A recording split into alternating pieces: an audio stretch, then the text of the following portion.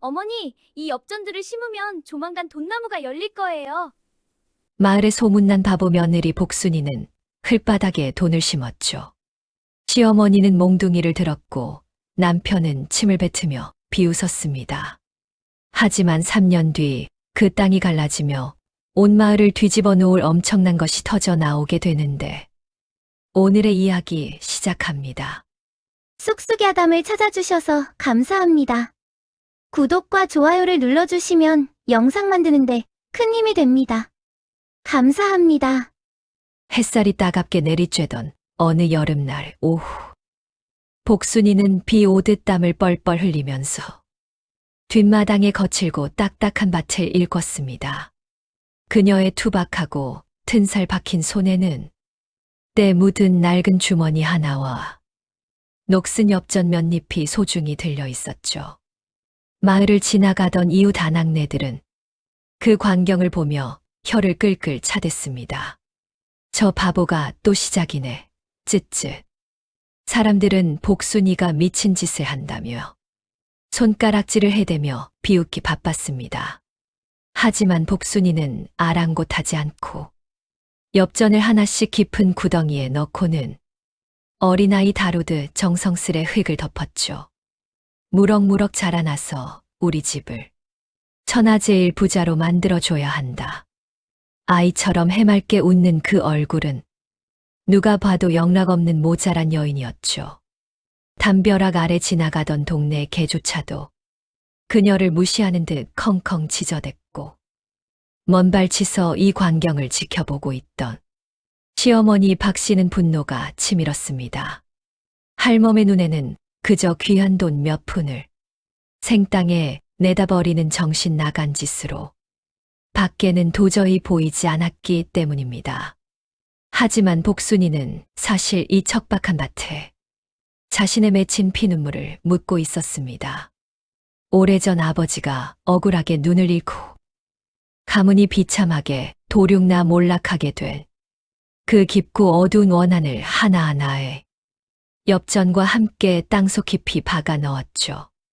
겉으로는 허허실실 바보 흉내를 냈지만 그녀의 가슴 속에는 서슬퍼런 칼날이 하루가 다르게 날카롭게 자라고 있었습니다. 손톱 밑에 흙이 새카맣게 끼어버리고 거친 돌부리에 살갗이 찢겨나가서 붉은 선혈이 몽글몽글 솟아나도 복순이는 멈추지 않고 땅을 팠습니다. 이 땅은 곧 탐욕에 눈먼 시댁 식구들의 거대한 무덤이 될 준비를 하고 있었죠. 그녀는 흙을 다독이며 속으로 속삭였죠. 조금만 더 기다리세요, 아버지. 이들이 흘리게 될 처절한 눈물을 모아 세상에서 가장 찬란한 금빛 보석으로 바꿔 당신 앞에 바칠 날이 멀지 않았으니 복순의 눈에 잠시 스친 그 서늘함은 구름에 가린 달빛보다 훨씬 차가웠으나 어리석은 시댁 식구들 중 그 누구도 그 짧은 진실의 순간을 보지 못했습니다. 그저 모자란 며느리가 돈을 버린다며 자신들의 배를 불릴 궁리만 할 뿐이었죠. 복수는 다시 흙을 파헤치며 웃었습니다. 그 웃음 뒤에 숨겨진 서늘한 도끼는 이미 시댁의 지붕을 덮고 있었습니다. 박씨 할멈은 굵고 단단한 몽둥이를 들고 미친 사람처럼 밭으로 달려왔습니다. 이 천하에 빌어먹을 년아, 네 년이 어디서 귀한 돈을 땅에다 버리느냐? 매몰찬 매질이 복순이의 가녀린 등 위로 비 오듯 사정없이 쏟아져 내렸습니다. 복순이는 그 끔찍한 아픔을 온몸으로 참아내며 그저 땅바닥을 감싸 안았죠. 어머니, 정말로 조금만 기다리면 돈나무가 열린다니까요. 제발 믿어주세요. 할멈은 기가 막힌다는 표정을 지으며 복순이의 헝클어진 머리채를 휘잡더니 마당 구석 먼지 구덩이로 내동댕이 쳤습니다. 소란을 듣고 방에서 나온 남편 춘삼은 말리기는커녕 낄낄거리며 조롱했습니다. 어머니, 저런 바보랑 한 집에 사느니 차라리 외양간 소랑 사는 게 100번 낫겠소. 춘삼은 낮부터 주막에서 술을 마시다 막 돌아온 참이라 역한 술 냄새가 진동했죠. 복수는 차가운 흙바닥에 엎드린 채로 춘삼의 낡아 빠진 신발 끝을 보았습니다. 노름에 미쳐 조상 재산을 다 탕진하고도 애먼 아내를 때리며 화풀이하는 인간 말종. 복수는 속으로 터져 나오는 비웃음을 삼키며 겉으로는 더욱 크게 소리내어 통곡했습니다. 아이고, 내 귀한 돈나무 다 죽네. 시어머니가 내 보물을 다 죽이시네.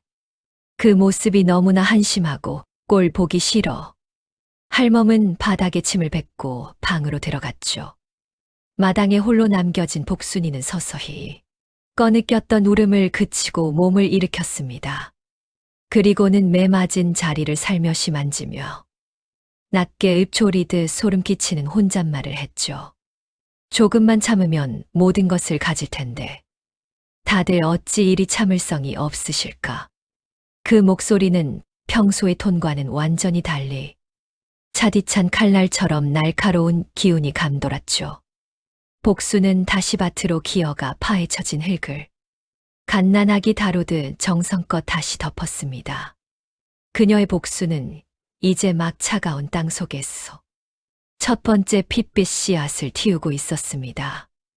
누구도 짐작하지 못할 거대한 파멸의 불길이 그 작은 밭 아래서 조용히 숨을 몰아쉬며 박씨 집안 전체를 통째로 집어삼킬 준비를 하나씩 착실하게 맞춰가고 있었죠.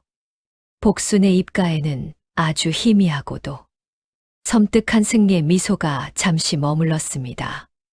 그녀는 흙 묻은 손으로 눈물을 닦으며 다시금 바보 같은 웃음을 지어 보였습니다. 사냥을 시작하기 전에 맹수처럼 말이죠.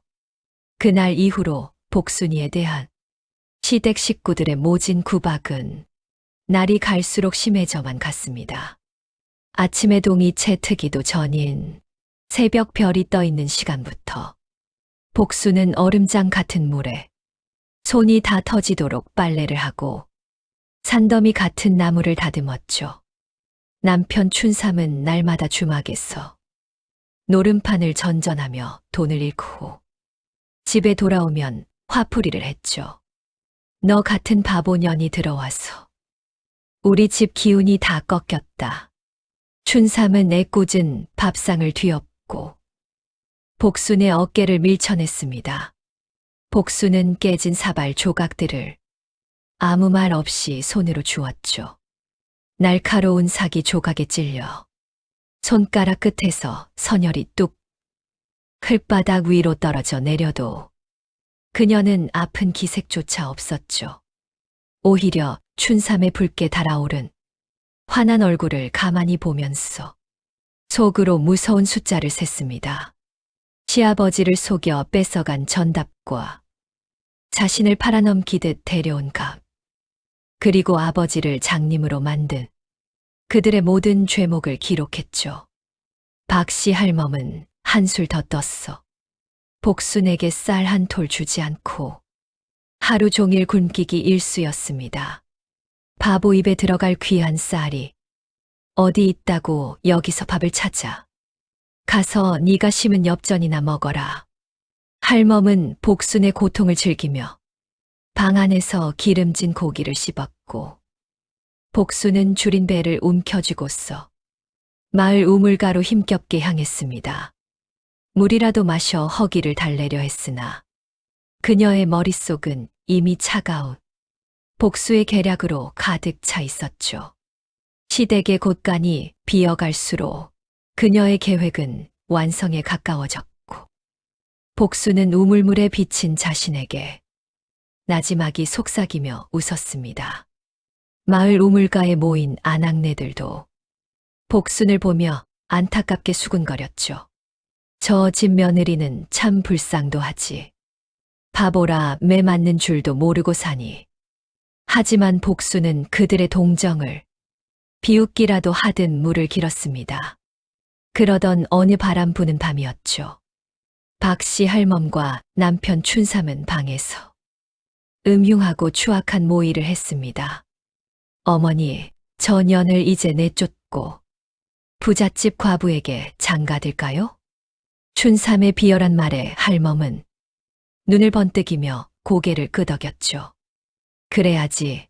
저런 재수 없는 년은 빨리 치워버리는 게 상책이다. 그들은 복순이 마당 구석에서 깊이 잠든 줄로만 알고서 목소리를 높여 각본을 짰습니다. 과부의 재산을 가로채기 위해서 복순에게 도둑질 누명을 씌워 관가에 넘기거나 내쫓을 계획이었죠. 하지만 복순은 문 밖 어둠 속에서 그들의 대화를 한 토막도 빠짐없이 전부 귀에 담고 있었습니다. 그녀의 얇은 입가에 묘한 미소가 소리 없이 슬그머니 피어올랐죠. 마치 모든 것이 자신의 설계대로 착착 흘러가고 있다는 듯한 표정이죠. 오히려 제 발로 나가라고 등 떠미니 복순에게는 이보다 더 좋은 완벽한 기회는 다시 없었습니다. 그녀는 조용히 뒷마당 밭으로 가 심어둔 엽전 위의 흙을 만졌습니다. 이제 곧 주인 없는 돈뭉치가 이 땅 위로 솟구쳐 오를 것이니 그때 너희들의 탐욕스러운 눈이 어떻게 뒤집히는지 구경해 주마. 복수는 어둠 속에서 소리 없이 어깨를 들썩이며 웃어댔습니다. 그 소름 끼치는 웃음소리는 밤바람을 타고 시댁의 지붕 위를 망령처럼 떠돌며 맴돌았습니다. 파멸의 시간이 다가오는 줄도 모른 채 방 안의 두 모자는 꿈에 부풀어 서로의 술잔을 부딪히고 있었습니다. 마을 어귀에는 벌써부터 기이하고 묘한 소문이 파다하게 퍼졌습니다. 복순이가 엽전을 심었던 그 겉이 뒷마당 흙바닥에서 밤마다 신비한 금빛 서기가 하늘로 솟구친다는 도저히 믿기 힘든 이야기였지요. 글쎄, 그 바보가 심은 것이 정말 진짜 돈나무 씨앗이었나 봐. 지나가던 장꾼들도 발길을 멈추고 담벼락 너머를 훔쳐보곤 했습니다. 소문을 들은 박씨 할멈은 처음엔 콧방귀를 뀌며 절대 믿지 않았죠. 흥, 미친년이 땅에 버린 돈이 무슨 수로 나무가 된단 말이냐? 할멈은 며느리를 향한 비웃음을 멈추지 않았지만 속은 타들어갔죠. 그런데 그날 밤 달도 없는 삭막한 어둠 속에서 할멈은 똑똑히 봤습니다. 뒷마당 구석 복순이가 파헤쳤던 그 흙더미 속에서 은은하면서도 강렬한 황금색 빛이 번쩍이며 마당 전체를 환하게 비추고 있었죠. 할멈의 심장은 터질 듯이 뛰었고 눈먼 욕심이 노파의 안광을 덮었습니다.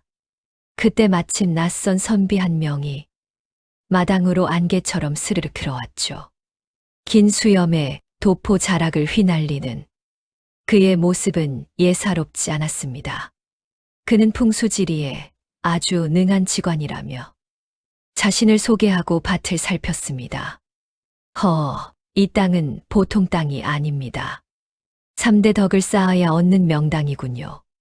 그의 한마디에 할멈의 귀는 쫑긋 세워졌고 눈은 탐욕으로 커졌습니다. 직관은 지팡이로 땅을 툭툭 치며 감탄사를 연신 크게 내뱉었습니다. 이곳은 3년 만에 황금이 솟구쳐 온 가문을 살릴 천하의 보물터입니다. 할멈은 선비의 소매를 꽉 붙잡고 비굴할 정도로 매달리기 시작했죠. 선생님, 이 땅을 어떻게 하면 진정한 제 것으로 만들 수 있겠소? 직관은 수염을 만지며 짐짓 엄숙한 표정으로 할멈의 눈을 꿰뚫어 보았죠.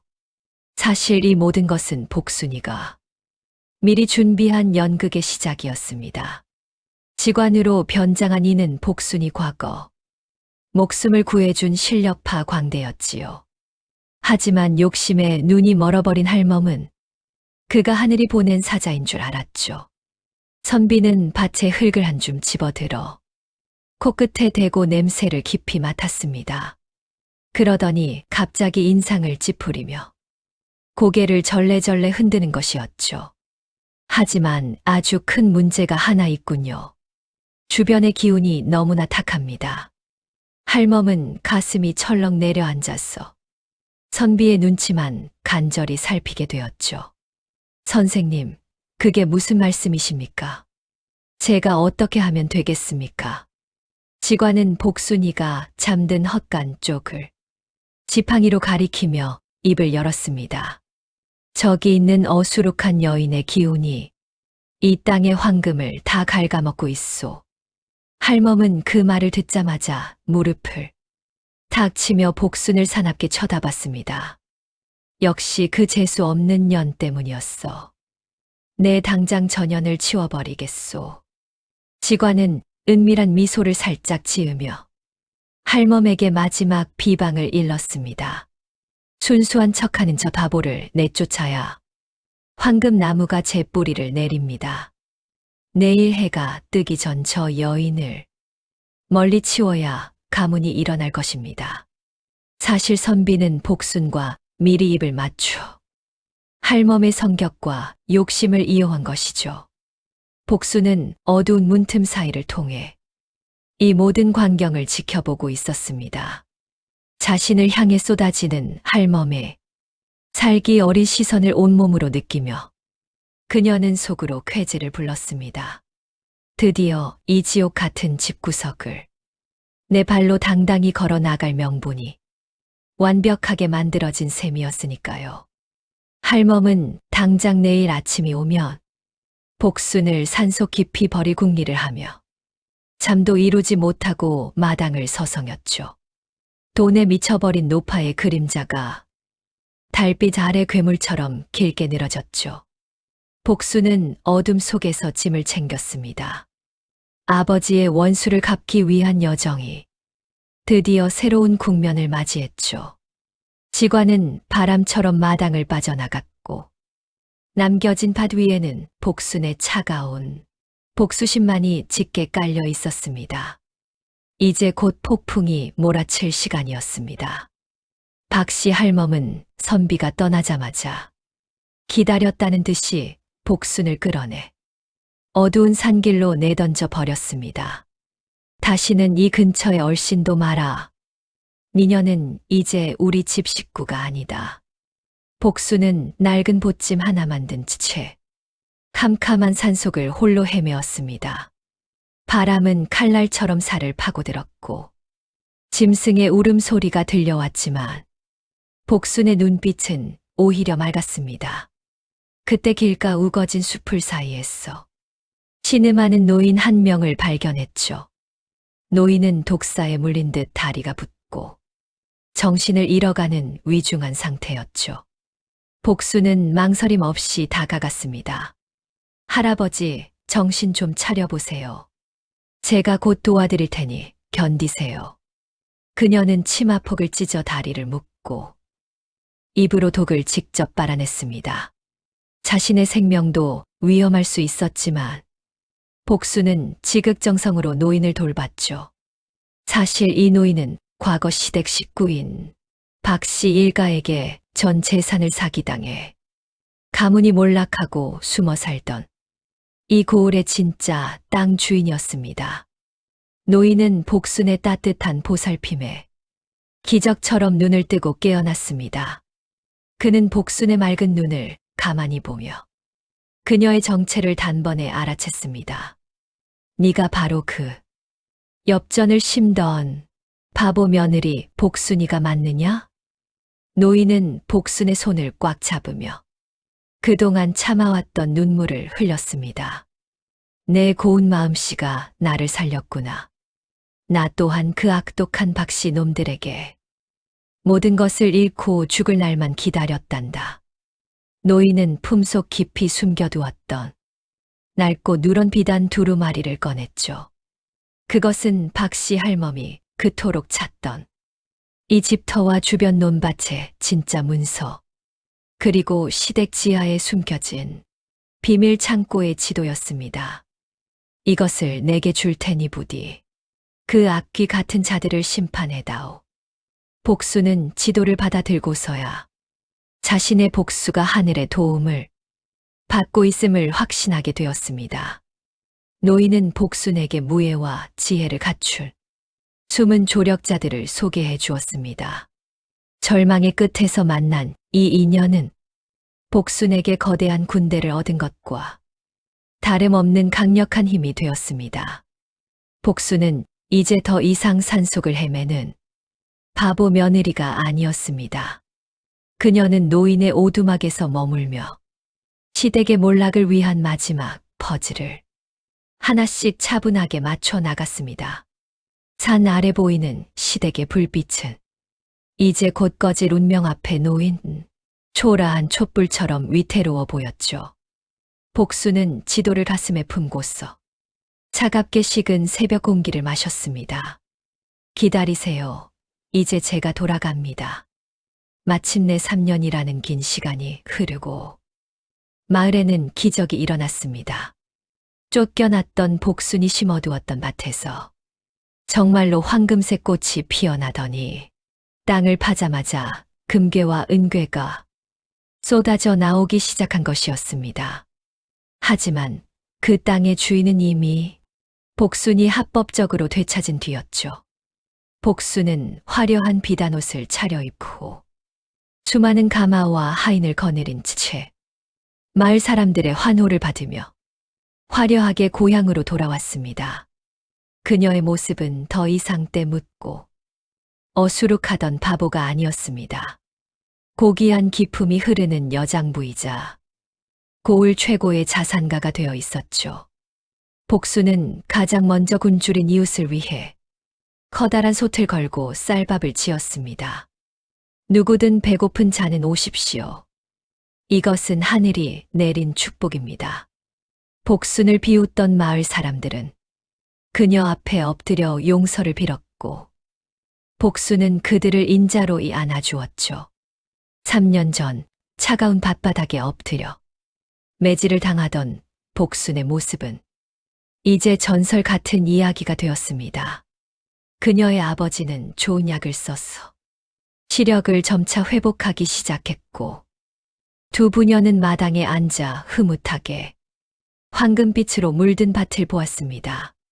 시청자들의 가슴이 뻥 뚫릴 정도로 완벽하고 찬란한 승리의 순간이었죠. 복순의 얼굴에는 10년 만에 처음으로 가식 없는 진시한 미소가 번졌습니다. 하지만 이 소식을 들은 시댁 식구들, 박씨 할멈과 춘삼은 제정신이 아니었죠. 그들은 복순이 차지한 그 보물들이 원래 자신들의 것이라 우겨대며 복순의 집 앞으로 달려왔습니다. 이년아, 그 밭은 내 땅이다. 거기서 나온 금괴도 다 내 것이야. 할멈은 탐욕에 눈이 뒤집혀서 복순의 비단옷 자락을 붙잡았습니다.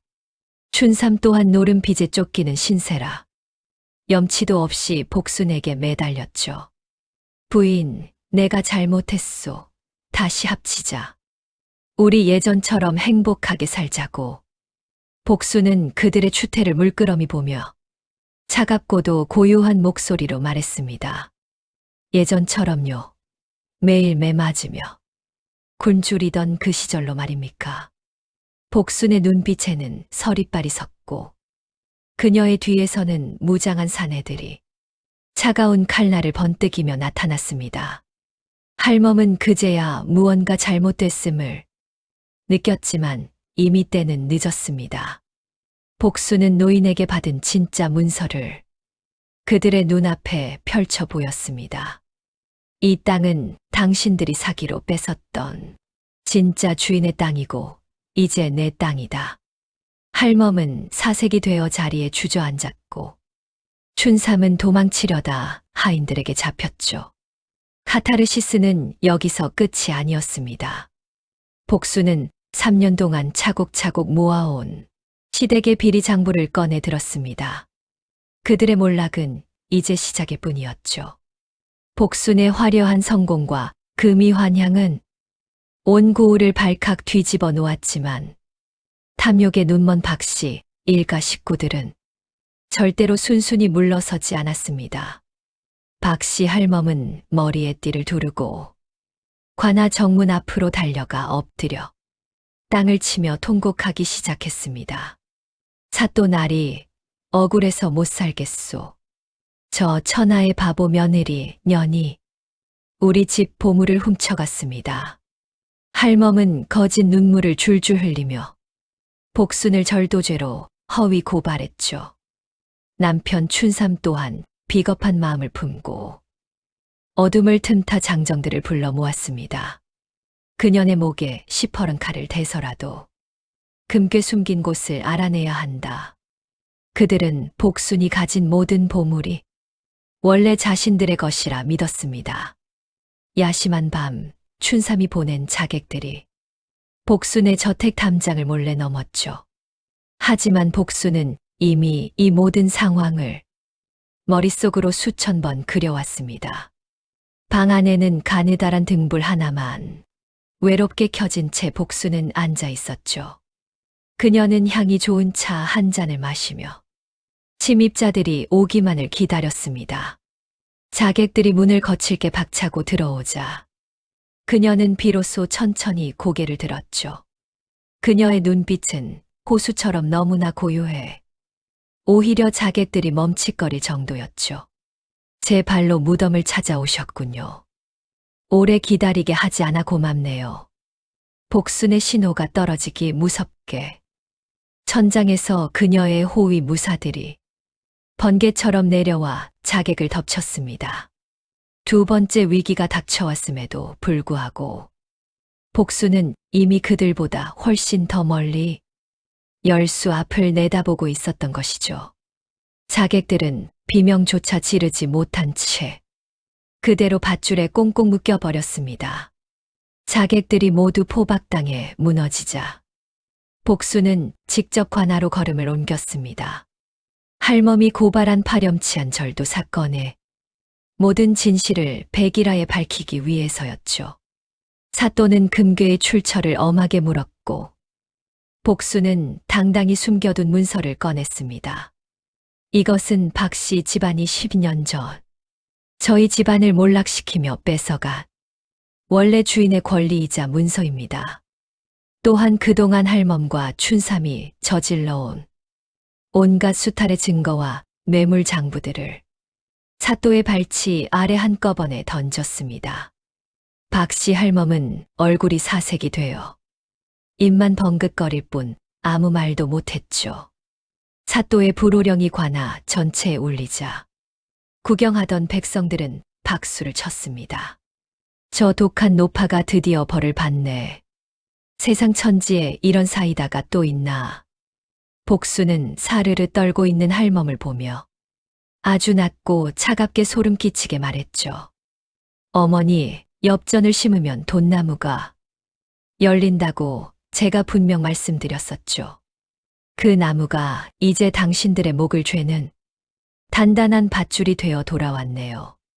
할멈은 공포에 질려 바닥에 오줌을 지리며 머리를 찍고 목숨을 빌었습니다. 하지만 복순의 마음은 이미 돌처럼 차가운 얼음장과도 같이 굳어 있었죠. 정의의 매서운 심판이 시작되는 순간 복순의 10년 묵은 체증과 응어리가 조금씩 씻겨 내려가는 기분이었습니다. 그녀의 복수는 이제 그 화려한 막바지에 거의 다다르고 있었던 것입니다. 관아 마당에는 할멈의 비명만 가득했고 복수는 그 소리를 음악처럼 감상했죠. 본격적인 관아의 조사가 시작되자마자 박씨 일가는 서로를 핏대 세워 탓하며 추악하게 분열되어 찢어지기 시작했죠. 남편 춘삼은 자기만이라도 살기 위해 친어머니인 할멈에게 모든 죄를 밀었죠. 사또 날이 저는 정말 모릅니다. 전부 저희 어머니가 시킨 악행입니다. 박씨 할멈은 아들의 예상치 못한 배신에 눈이 뒤집혀 춘삼의 뺨을 갈겼습니다. 이 천하의 불효자 자식아, 내 놈의 노른 빚을 누가 갚아줬는데 나를 팔아. 두 모자가 관아 바닥을 뒹굴며 서로 머리채를 잡고 싸우는 모습은 그야말로 세상에서 가장 가관인 꼴불견이었죠. 복수는 그 처참하고 구역질 나는 광경을 눈 하나 깜짝 않고 무표정하게 봤습니다. 10년 전 자신의 늙은 아버지가 그들 앞에서 무릎 꿇고 피눈물 흘리며 자비를 구걸할 때 비웃던 그들의 모습이 환영처럼 겹쳐 보이며 눈가가 시렸죠. 결국 박 씨 일가의 모든 부정한 재산은 조정의 명에 의해 전부 몰수되었고 그들이 저지른 죄상에 따라 엄한 곤장과 머나먼 섬으로의 유배형이 내려졌습니다. 복수는 그들이 포박되어 끌려가는 길목에 조용히 서서 그 비참한 뒷모습을 봤죠. 한때 고을의 권세를 휘두르던 자들이 이제는 누더기를 걸친 채 죄인 부대를 따라 힘없이 걷는 신세가 되었습니다. 복수는 그들에게 마지막 선물이라며 녹슨 엽전 한 잎을 발 앞에 던져주었죠. 이것으로 나무나 정성껏 심으시지요. 어머니가 그토록 원하시던 금나무 말입니다. 할멈은 그 엽전을 쥐고 대성통곡했지만 이미 쏟아진 물을 주워 담을 순 없었죠. 모든 피 튀기는 재판이 마무리된 뒤 복수는 아버지와 함께 옛 집터로 갔죠. 그곳은 이제 예전의 폐허가 아니라 웅장하고 아름다운 대저택이 되었습니다. 아버지는 딸의 따뜻한 손을 꼭 잡고 시력을 회복한 눈으로 세상을 보았습니다. 복수나 정말 고생 많았다. 내 딸아. 네가 이리도 장하고 대견할 줄이야. 아버지는 뜨거운 눈물을 하염없이 흘리며 복순의 거칠어진 손마디를 만졌습니다. 복순은 아버지의 넓은 품에 안겨서 비로소 참아왔던 오열을 터뜨렸습니다. 아버지, 이제 더는 숨지 않아도 돼요. 우리의 억울함을 풀고 가문을 세웠어요. 복수는 마을 사람들에게 곳간을 활짝 열어 곡식과 옷감을 아낌없이 나눠주었습니다. 그녀를 바보라 놀리며 침패했던 사람들은 이제 그녀를 복순 보살이라 칭송하며 진심으로 머리를 조아리고 따랐습니다. 마을은 예전의 생기를 되찾기 시작했고 복순의 선행은 이웃 고을을 넘어 한양까지 파다하게 전설처럼 소문이 났습니다. 어둠 속에 깊이 묻혀있던 잔인한 진실이 밝은 태양 아래 찬란히 드러나게 되니 온 세상이 다시 환해지는 기분이었습니다. 복수는 이제 더 이상 가면을 쓴 연기가 아닌 진심 어린 평온한 미소를 얼굴에 띠며 자신의 정원을 느긋하게 거닐었습니다. 그녀가 땅에 심었던 것은 한 잎의 돈이 아니라 다시 시작하겠다는 희망의 씨앗이었음을 마을 사람 모두가 알게 된 순간이었습니다. 아버지와 함께 마시는 차 한 잔의 여유가 그녀에게는 천금보다 더 귀한 보상이었습니다. 마침내 모든 지독한 복수를 마무리한 복수는 사람들 앞에서 자신의 진짜 정체를 밝혔죠. 그녀는 사실 당대 최고의 학자이자 충신인 이 판서의 외동딸 이서윤이었습니다. 집안이 영모의 누명을 쓰고 멸문지화를 당할 뻔한 위기에서 구사일생으로 살아남아 이름을 숨기고 10년을 바보로 살았던 거죠. 그녀의 놀라운 영특함과 초인적인 인내심에 고을 사또뿐 아니라 임금님조차 감탄했죠. 복수는 이제 미친 며느리 복순이 아닌 기품 넘치는 서윤으로서 당당히 섰습니다. 그녀는 자신이 되찾은 막대한 재산을 써서 가난한 아이들이 글을 배울 서당을 지었죠. 지혜가 없으면 탐욕에 덫에 쉽게 속고 용기가 없으면 불의를 결코 못 이긴다. 그녀의 준엄한 가르침은 마을 아이들에게 큰 울림을 주며 널리 퍼져나갔습니다. 서윤의 아버지는 딸의 지극한 효심 덕에 평화롭고 안락한 노후를 보내게 되었고 두 부녀의 집에는 매일같이 따뜻한 웃음소리가 담장을 넘어 끊이지 않았죠. 과거의 찢어지는 아픔은 흉터로 남았지만 그 흉터는 서윤을 더욱 강하고 아름답게 만들어주는 명예로운 훈장이 되었습니다. 사람들은 그녀의 일대기를 흥미로운 야담으로 만들어 후세에 널리 전했습니다. 바보가 되어 세상을 완벽하게 속이고 결국 정의의 칼을 뽑아든 여인의 기록은 후대의 많은 여인에게 큰 용기를 주었죠. 그녀가 엽전을 심던 그 뒷마당은 이제 아이들의 글 읽는 소리로 가득 찼습니다. 오랜 세월이 흘러 복순이 엽전을 심었던 그 뒷마당 밭터엔 커다란 느티나무가 자랐죠. 사람들은 그 나무를 가리켜 여전히 돈나무라고 부르며 아끼고 보살폈지만 그 속에 담긴 뜻은 예전과 아주 달랐습니다. 돈보다 수만 배 귀한 사람의 마음이 꽃처럼 열리는 나무라는 뜻이었지요. 복순, 아니 서유는 그 나무 아래 앉아 살랑이는 바람을 느끼며 눈을 감았습니다. 탐욕은 결국 자신을 태워버리는 불꽃이고 진실은 시간이 걸려도 승리한다는 것을 그녀는 자신의 고통스러운 인생으로 증명했죠. 악독했던 박씨 할멈과 남편 춘삼은 유배지에서 서로를 증오하며 비참하게 생을 마감했다는 소식이 들려왔습니다. 하지만 서유는 이제 그들의 추잡한 이름조차 자신의 기억에서 깨끗이 지웠죠. 그녀에게 남은 것은 오직 현재의 평화와 눈을 뜬 사랑하는 아버지, 그리고 친구들. 그녀를 믿고 지지해 준 백성들이었습니다. 이 파란만장한 이야기는 여기서 끝이 나지만 서윤의 지혜와 용기가 남긴 깊은 울림은 오늘날 우리에게도 아주 큰 교훈을 줍니다.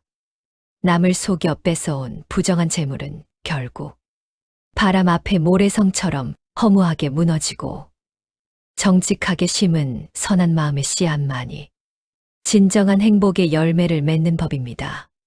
고난 속에서도 끝내 희망을 잃지 마십시오. 오늘의 야담 여기서 모두 마치겠습니다. 구독과 좋아요는 채널 운영에 큰 힘이 됩니다. 다음에도 더욱 가슴 뻥 뚫리는 이야기로 여러분들을 정성껏 찾아뵙겠습니다. 시청해 주셔서 진심으로 감사합니다.